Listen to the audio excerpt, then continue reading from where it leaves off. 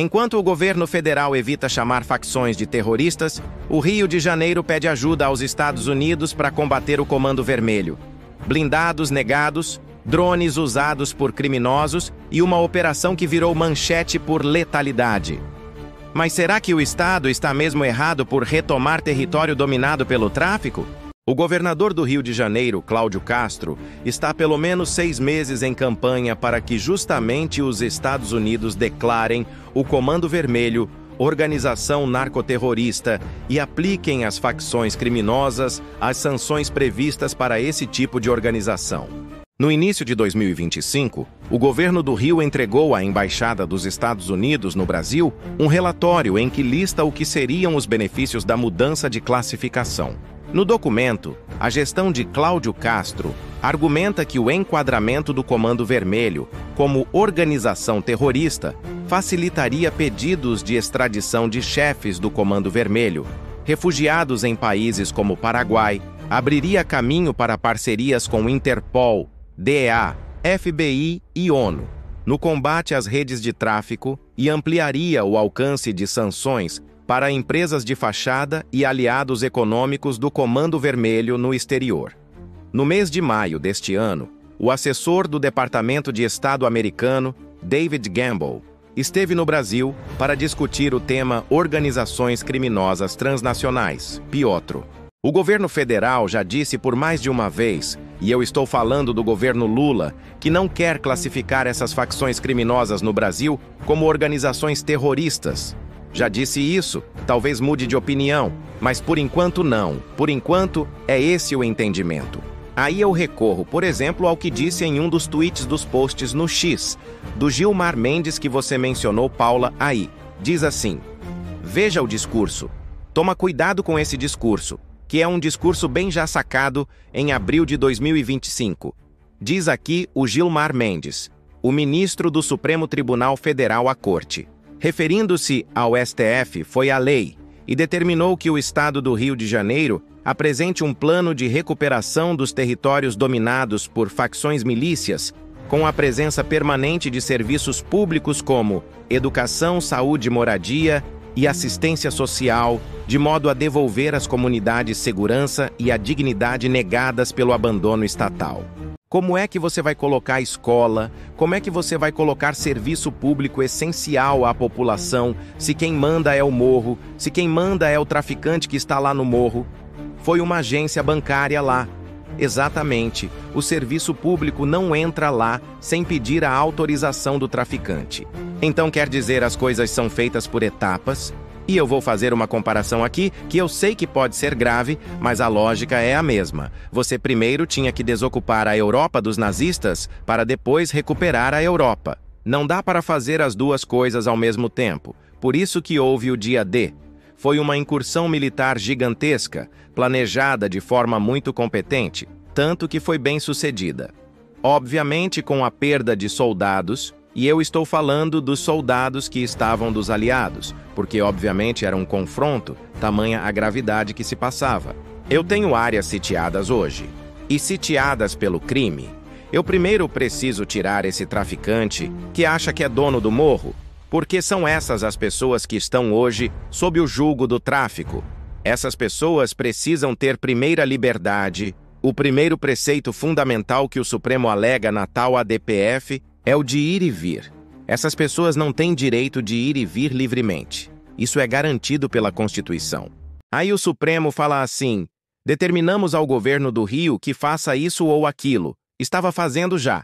Porque essa postagem aqui, ele está dizendo que foi em abril de 2025. Desde janeiro, o governo do estado do Rio de Janeiro estava planejando essa operação. E está fazendo pela ordem correta. A ordem é: tira o criminoso que acha que é dono daquela região, devolve a população uma vez em que o Estado possa ter acesso livremente, sem correr risco de ser atacado com tiros de fuzis por traficantes. Aí você entra com os outros serviços. Pergunte à população de forma muito clara o que ela primeiro precisa de liberdade, porque ela não tem essa liberdade quando ela está sitiada por um traficante que impôs barricadas, dizendo que aquele terreno é do tráfico e não do Estado brasileiro, e tampouco daquelas pessoas que vão lá depois. Sim, claro, é preciso continuar. Então esse discurso sociólogo de quinta categoria não convence quem é a vítima. E a vítima são aquelas pessoas que estão lá. O governo do estado do Rio de Janeiro começou por onde tem que começar. Primeiro desocupa. Primeiro tira o traficante de lá, tira a influência do tráfico e devolve às pessoas. Depois vem uma série de serviços, claro, como todo mundo tem direito, até por uma questão constitucional. Olha aqui. A polícia divulgou detalhes muito importantes. São removidos toneladas de barricadas, todo dia. A barricada ela não diz hoje, mas apenas olha. Não entra aqui o caveirão, não dali para frente. A área é uma zona de exclusão controlada pelos bandidos, pela organização criminosa, e não mais pelo Estado brasileiro. Não há vestígios do Estado brasileiro dali para cima. Então eles mandam, cobram por serviços, vivem da ocupação territorial, são donos.